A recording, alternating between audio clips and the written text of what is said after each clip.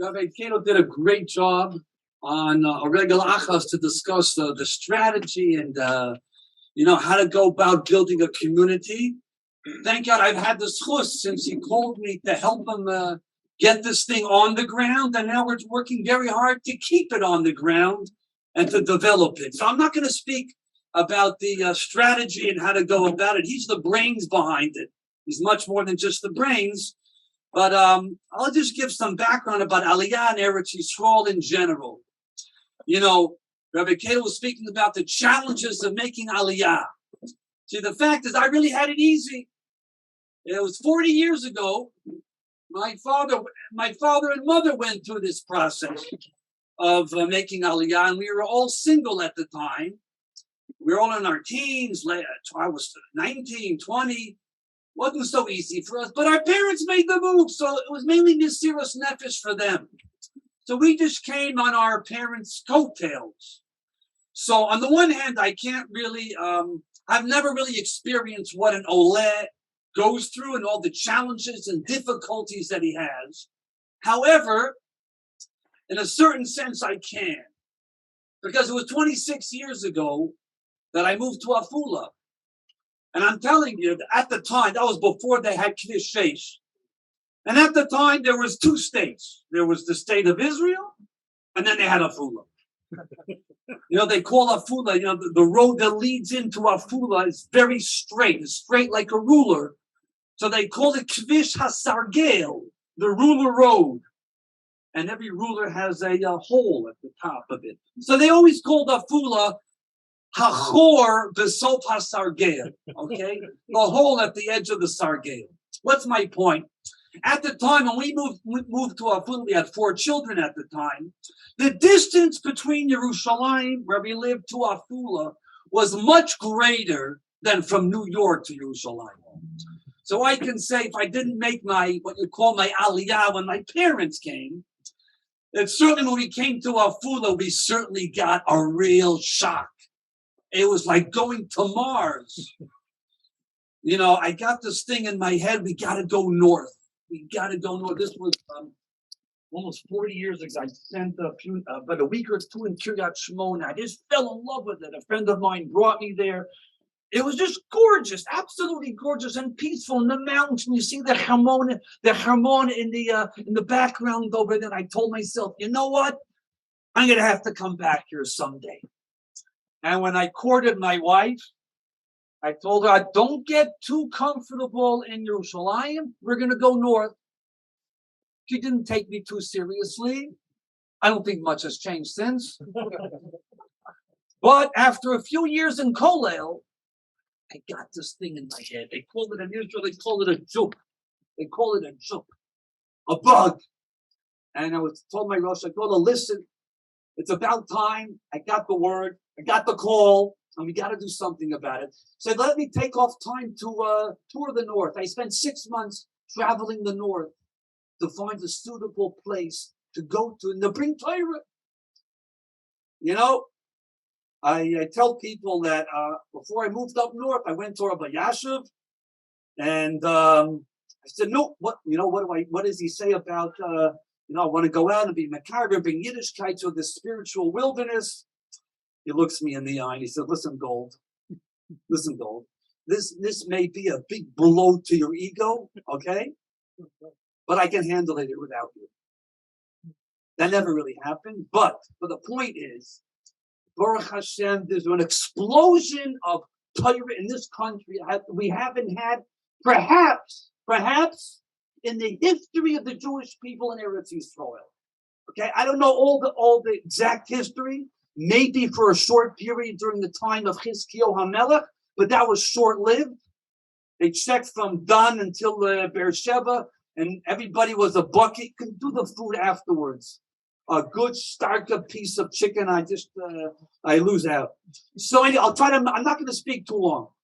So, but maybe in the midbar they sat and studied Torah the whole time. But in Eretz Yisrael they have about 200,000 boys, men, grandfathers, Zaydis, and Sabarabas from the 13 to over 100 that are sitting and studying Torah a good part of the day. You think about it, in Europe, you had the great yeshivas in Mir and Slobodka and Baranovich and Tels. How many did they have altogether? You can name the yeshivas on your two hands. Mir, the city of Mir. The Mir Yeshiva today has more people in that building over there than the entire Mir village in Europe. Slobodka had how many? 300, 400? Hebron today has 1,200. Nistoma, most probably in Mir alone today in Yerushalayim, there's more Torah being learned over there than there was in the entire pre-World War II Europe. So we're living in extremely important times, historic times. Getting back to my move to Afula, I spent up 6 months traveling the north to come find a place, and I went Atli, Tivat Carmel, Yoknam, Nesher, Kfar Yonah, Afula, Akko, and for some reason I liked Afula. I don't know, a mid-sized city, not too big, not too small. And then I come back, and I tell my wife we're going to Afula. And you know what she tells me? Elul. Elul. Elul. What do you mean Elul? Yeah, she says. Aleph Lamed Vav Lamed. Ata la Afula va'ani la Rabbanut. It was really hard. You know, I thought, wow, this is great. We're going to Afula. It took me another 2 years till I actually got there. And I've tried to sell over many times. This really did happen. My wife, Baruch Hashem, was makbid to speak only English in the house. Only English. And it was a fight. It was a battle.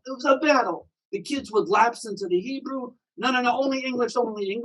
Baruch Hashem, I have a very chashuv mechutin over here. And discuss my wife being makbid that we would speak English. We were zeichet, my son would marry his daughter. So they all thank us today that they have both languages. They got both languages. But we would go to the makolet and we'd speak English. My little kids were little at the time. We were the only English-speaking family in the entire city. There was close to 50,000 people, and they were here to speak English. And they would say, "Ma, ize gaon, kvar bigil shalosh medaber Anglit." This mamish happened. And they would tell me, "Gold, what are you doing over here in a place like Afula?" But they began to live with it. They began to get used to the idea. And Baruch Hashem, we've been able to do some nice things. And we hope to do many more nice things. But that's just about Afula. But Kedushat Sion isn't about Afula. It's an idea, it's a dream. It's something about the realization, the fulfillment of the biblical prophecies of 1,000 years ago. I just want to tell you a little idea that I saw and just developed a little bit. There's a famous Gemara in Kedushin, a rush of the Gemara says, it goes over to a woman and he takes a ring and he says, Hareyat Nikudeshesli, you are married to me on condition that I'm a tzaddik. And the Gemara says, you know what? She's an Eishasish. The Kedusha is Chal. Why? Because even though he's a Rosh Gomor, the Gemara says, even with a Rosh Gomor, Rechoishes, maybe he did Shuvah. So maybe he is a tzaddik. The Kashi is, ask the man, one of the conditions of Shuvah is Vidoy, confession, verbal confession. And you don't have it over here. How could the Gemara say that the guy's a tzaddik? He didn't do vidui. Rambam and Hilchas Tshuva, the whole lost of the Rambam, you got to do vidui. So I saw Rav Soloveitchik says Gevaldik. He says there's 2 stages in Tshuva. There's 2 stages in Tshuva. There's V'hashevosa el levavecha. That a Jew comes to the realization, you know what? I got to make a change. I can't stay the way I am. This is not it. He makes a decision in his mind, yes. We have to open up a new leaf. But he has not yet started the process of tshuva. Then there's the second stage when he goes through the halachic stages of tshuva and his kaivish the yetzer and v'aiso isha v'aiso mokom and the vidui, and then he becomes a tzaddik gomer. When this fellow tells the woman, Amanashani tzaddik, you're right. He didn't do the vidui. He's not a tzaddik gomer. But the fact that he has made a decision, yes, things from today on are going to be different. That is the opening shot of tshuva. That's called a tzaddik. And then I saw he quotes, I don't know if it's him or the one that quoted it, he connects us with the famous Drushas Haran, and that's what I want to get to. Famous pasuk in Nitzavim, V'shav Hashem Elokecha Shavuscha V'richamecha. God is going to bring us back. We're coming on home. We're coming back home. But that's not the end of the pasuk. It says V'richamecha V'shav again. V'kibetzcha Mikol Ha'am V'shavitzcha Hashem Elokecha Shama. He's going to return us again. Twice. By the way, the Meshach Chacham also deals with this. You should look it up. He says a Gavaldik Pshat, but that's not for now. Says the Drushas Haran. This is Rav Soloveitchik hooks up with this. There are two stages in tshuva, and corresponding to that, there are two stages in geula, in the kibbutz goliath. There's going to come a time Yidden are going to come to the realization Chutz la'aretz, our way of life, has had it. This is not it. We got to make a change. There's not going to be a real tshuva, but there's going to be an awareness. Things got to change. Corresponding to that, there's going to be the beginning of the kibbutz golios. Jews are going to start coming back. It's going to be a trickle. But then afterwards, that tshuva, that feeling of tshuva is going to grow. And it's going to intensify. And then there's going to be a movement of real powerful tshuva. Corresponding to that stage, there's going to be a real kibbutz golios en masse. A friend of mine, Baruch Harris, told me, Rabbi, go look up the Goyim Vilna on Shir HaShirim. Mashkiach min hachalonot, meitzitz min hacharakim. God, at first after the Churban, there's going to be a big brick wall. An iron curtain between us and the Rabbeinu Shalom. But towards the end of days, there's going to be a little crevice, a little crack in the wall, and God is going to be looking in a little tiny microscopic crack. That's stage one. But stage two, there's going to be a massive breach, and it's going to develop into a giant window. That's the second stage.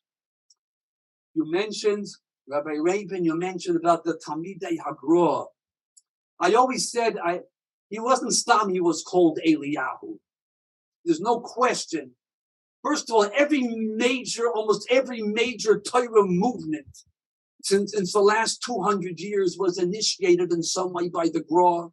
Whether it was the Yeshiva movement, the Derech Halimud, all the yeshivas take credit, by the way.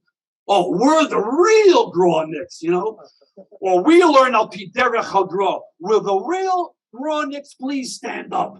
I'm not making fun of everybody. They're all great. We love them all. They're all fantastic. Maybe they're all right. Riskers say, no, we got the Gra. We're the Gra. No, we are the Gra. We go to Chavetz Chaim. Love Chavetz Chaim. We have the Messiah from the Gra, Yisrael Salanter, Rav Zunda. We got the Messiah. And you go to the Chazanishniks to learn Halacha B'iyun. We got the Gra. Everybody's got the Gra, and that's wonderful. That's great. We all got the Gra. That's great. Whether it was the Muslim movement with Rav Zundel or the Yeshiva movement, perhaps, I don't know, even more so, but certainly he got the ball rolling of Shivas Tzion. I don't know the exact history. I know a little bit about it, but it was an abject failure. It was a churban. They came here, they were starved to death. There was malaria, disease, illness. They had nothing to eat. It was terrible. I think the thing almost completely fell apart. I don't know the exact all the pratim, okay? But it was terrible. But that's what they thought then. Evidently, they had to go through that because from that churban, has begun the greatest redemption that the world is ever seeing. Afterward, the Talmidei HaBaal Shem Tov, and then the secular Zionists got into the act. And for some reason, unfortunately, the religious took a back seat which we're paying a very, very heavy price for today. But what am I saying? What the Torah wrote 3,300 years ago, and what the Drashos Haran said, I don't know, 700 years ago, and the Ramban in Lech Lecha echoes the same idea. There's going to be 2 stages in the Geula. Mamish says almost very, very similar to what the Ran is saying. 2 stages in the Geula. And you know what? We talk about La'asid Lovo, Achris Hayomim, as if it's some distant time and light years away. If the Gra was the beginning of the end, and Geula Shlema is the end of the end, we are in the middle and the very thick of the end. When the Torah and the Navi talks about Achris Hayomim, this is it today. We are seeing it with our own eyes. There were 600,000, maybe a little more at the time of the establishment of the state. I heard that Tzitz Eliezer makes a very halachic correlation to that. There was Shishin Ribo at the time of the establishment of the state. There's almost 10 million people in this country. Over 7 million Jews. That means we have multiplied tenfold in 80 years. But you know, there's a famous Ramban. Famous Ramban says, this country over here never was able to absorb any nation, any country for any extended period of time. Nothing grew here. You couldn't have a tomato or a cucumber. My father said when he was in Panovich, many years before you, Rabbi Cato, many years before, he was as a bacher, and he didn't just stay in Bnei Brak. He went all over the place. And he told me, supper was a tomato, maybe a cucumber, I don't know. And my father was eating the tomato, and one of the Israelis, at the time, there were 15, by the way, my father was here in 1955. There were 15 chutznikim in the whole country, Shibabach, 15. There's at least 15,000 now, if not much, much more. Kol hakavod to what Nefesh B'Nefesh was doing. Be'emet, Rabbi Josh Fassey's from West Hempstead. He lived down the block from me on Rachov Knollwood. Gavaldik, Reb Josh, Reb Yoshua. But I think the Mir Yeshiva has done more for Aliyah than the Sochnut and everybody else put together. But anyway, so this Bacher told my father,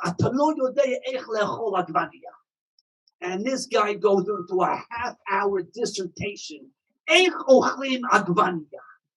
How do you cut it up? And where do you put in the salt? You know, exactly what angle. That was supper. And from that one little tomato, they made a whole meal. You come to Eretz Yisrael today, it's unbelievable. It's unbelievable. You know, the country did not give forth any food. There was lots of matar. But it didn't work. Nothing grew. The country couldn't sustain anybody. And but you know, these Zionists came 100 years ago, starting with the Gra, and then afterwards the other Zionists, but whatever, they were Meiser Nefesh. And they died, and they sweated, and they starved, but look what they did. We are an agricultural superpower today. A couple of years ago, the president of China came.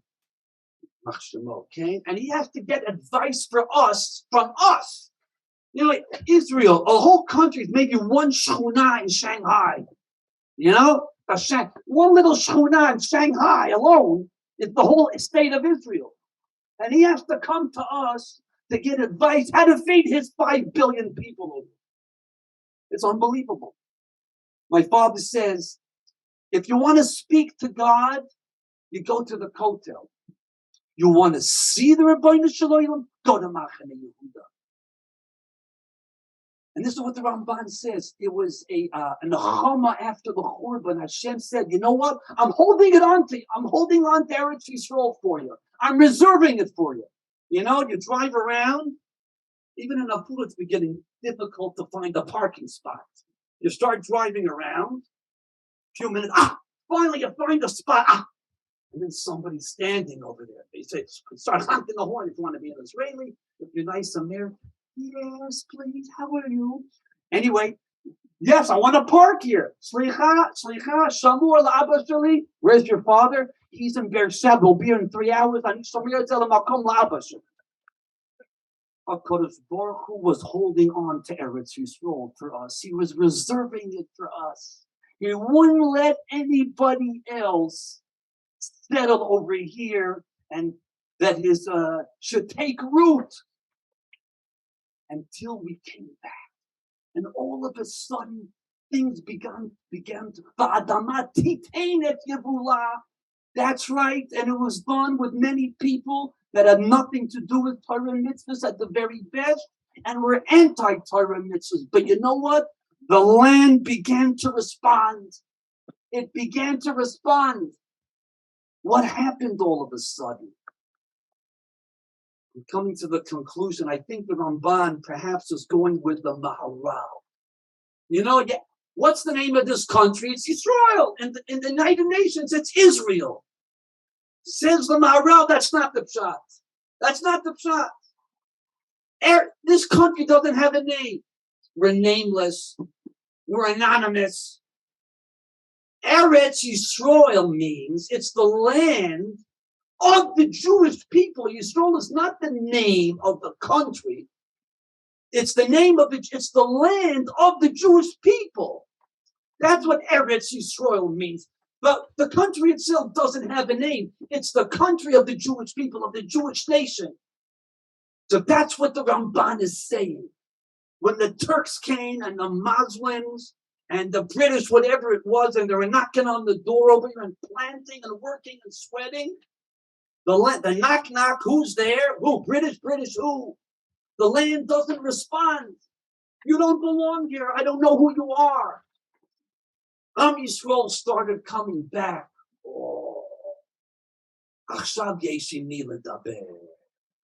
Now we have somebody to talk with. Now the land begins to respond. It's Eretz Yisrael. It's the land of the Jewish people. When we started planting and working and sweating, the land responded in kind. So it started with the Gra, and that was trickles. But look what's happening now, en masse, all over the world. In a few years, right now, 45% of world Jewry lives in Israel. 45%. There's about 14, 15 million. Some it's less. You know, when I was growing up in the United States, anybody remember, Dr. Label? What did they say when we were growing up? Like, you're a little bit older than me. I'm not that old. How many people did they say you lived in the United? Forget about Toronto and Canada. Forget about Canada. I mean, don't forget about it, but for a minute. The United States, what did they say? How many Jews were there? 5 million. 6 million. That was what? 50, 60 years ago. There should have been 20 million Jews now. Maybe there's 5 now. In the next, 10 years, depending on how hard you guys work. Okay? We're going to have Rov Yoshveha Aleha. It doesn't mean that, I don't know if that halakha thing's going to make the difference yet, because it's not going to be each shevet in its place. But at least over the majority of world Jewry will be living in the state of Israel. I just want to conclude by saying we are not this La'atid Lavo and Acharit Hayamim is not something in the future. We are experiencing it and we are living it now. We're in the thick of it. This is it. Our boobies and zaydis had shed tears for 2,000 years, and they weren't zeicha to see this. And now we're seeing it now, and you know what? You got to call a spade a spade. Rabbi Kalel said, these Rosh Hashivas, you can't say their names. I understand that. But you know what? One of the big issues of Kedushat Zion is we have to, please excuse me, okay? The emperor is naked. To speak positively about Eretz Yisrael and the process that we are going through, this is not something that we have to be ashamed of. We don't have to be embarrassed. We should be able to say it proudly. That's right. We are going through historic times. This is Kibbutz Goliath. And I'll tell you something. My father's father, Rav Yidel Gold, after the 60s, he was the big Zionist. I don't know where he got it from. Baruch Hashem, we were Zionist. And the Satmar went over to my father's father, Rabbi Yudago, my son is named after him. And the Satmar told him, the 6-day war at the Sitra Achra. So without skipping a beat, my grandfather said, Sitra Achra? Shaina Sitra Achra. What a beautiful, if that's the Sitra Achra, beautiful Sitra Achra. And unfortunately, whatever it is, I don't want to start condemning or whatever it is, but it's a big Afula. What? Yeah, right. Because Baruch did the Holocaust. I'm sorry, okay, I know, I'm a rabbi, I'm thinking in front of a choshev group, I have to watch my tongue. But you have to call a spade a spade. You have to call it, it's reached the point that, we're embarrassed, you can't talk about it. And I'm telling you, they say whoever believes in all the nisim now is a kafir. I'm telling you, it's the opposite. The Gemara said, I got to finish, I'm going overtime, I'm finishing up, everybody's hungry. The Gemara says, one of the three things comes to Hesed Hadas. What is it? Mitzvah? Mashiach is one of them. So it's not, was it? Was it Akro? Okay. So one of them is Mashiach. So Mashiach is going to come, it's going to be Hesed Hadas. How is it possible? They're going to be blowing shofars all over the place. They're going to be dancing in the streets. What do you mean Mashiach is Hesed Hadas? The pshat is, yes, he's around the corner. He's coming down the finish line. And everybody says he's not here. It's the opposite. It's the Sitra Achra. You know how to talk about it. No. Anybody that doesn't see the incredible nisim that have transpired in the last 80 years is put to blind and deaf. That's right. We have to put on our crown on our heads and feel proud. Yes, that's right. We are living through historical times, and our Kodesh Baruch Hu finally is breaking down that iron wall. If the Berlin Wall was broken down 30 years ago, every day there's enough. Kodesh Baruch Hu sending Gabriel and Michael to take sledgehammers and break down that wall between us. And that Chalon Mashgiach Milah Chalonot is becoming greater and greater. So I think Kedushat Tziyun, which is an organization of Talmidei Chachamim, of Bnei Torah, of Yirei Shamayim, let the Olam see. You know what? Zionism isn't some for those that don't keep mitzvahs. Zionism is a Torah dicker. Okay, coming to Eretz Yisrael and believing in it and loving it and being proud of it and seeing it with our own eyes and being able to declare, yes, HaKadosh Baruch Hu is with us. He has not abandoned us. Let the Olam see this is a Torah dicker hashkafa. And it's not just for those that are far from Torah. B'ezrat Hashem, should this beautiful fledgling organization begin to grow. We're going to have a competition. What's going to grow faster, the American Kehillah and Afula or this Kedushat Tziyun? We should both grow. And you should be a source of inspiration, of true Torah inspiration to the entire to the Yishuv over here in Eretz Yisrael, and let the boys in Lakewood wake up a little bit over here. Let the boys in Lakewood wake up a little bit. They have to understand their days are also numbered. And the sooner the better. B'ezrat Hashem, we should be zoche to see the end of this process, the Gula Shlema, B'mheira V'yameinu. Amen.